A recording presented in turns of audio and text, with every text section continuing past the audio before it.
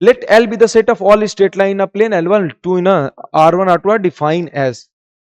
L1 relation L2 क्या है? L1 is parallel to L2. तो इसको बताना है कि इक्विवेलेंस है कि क्या है. तो पहले रिफ्लेक्सिव की बात करते हैं, इसको रिफ्लेक्सिव की बात करते हैं. रिफ्लेक्सिव की बात करते हैं मतलब L1 is parallel to L1. बिल्कुल कोई भी लाइन अपने तो पैरेलल होती ही है. सिमेट्रिक की बात करूं इसके, L1 is parallel to L2, तो हम लोग ये भी कह सकते हैं L2 is parallel to L1, मतलब सिमेट्रिक भी है. ट्रांजिटिव, यदि कोई एक लाइन दूसरे के पैरेलल है, दूसरा तीसरे के पैरेलल है, तो हम लोग बोल सकते हैं पहला तीसरे के पैरेलल होगा. ऑब्वियस बात, मतलब ये भी है. तब R1 क्या है? अपना इक्विवेलेंस रिलेशन तो है. R2 के लिए आइए,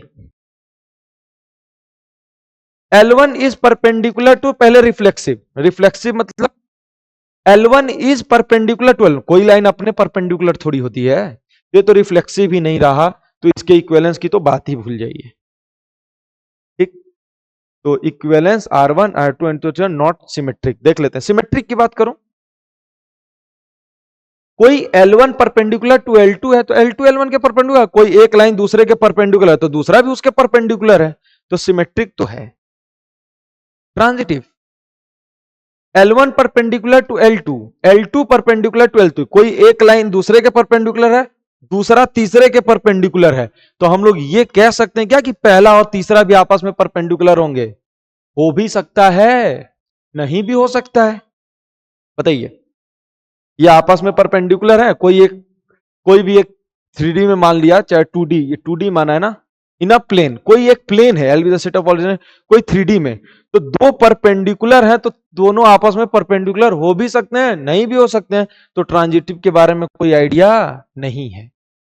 अच्छा, R3 पे आ जाते हैं, इंपॉर्टेंट है. L1 इंटरसेक्ट L2, तो क्या L1 इंटरसेक्ट L1, इसकी बात करते हैं.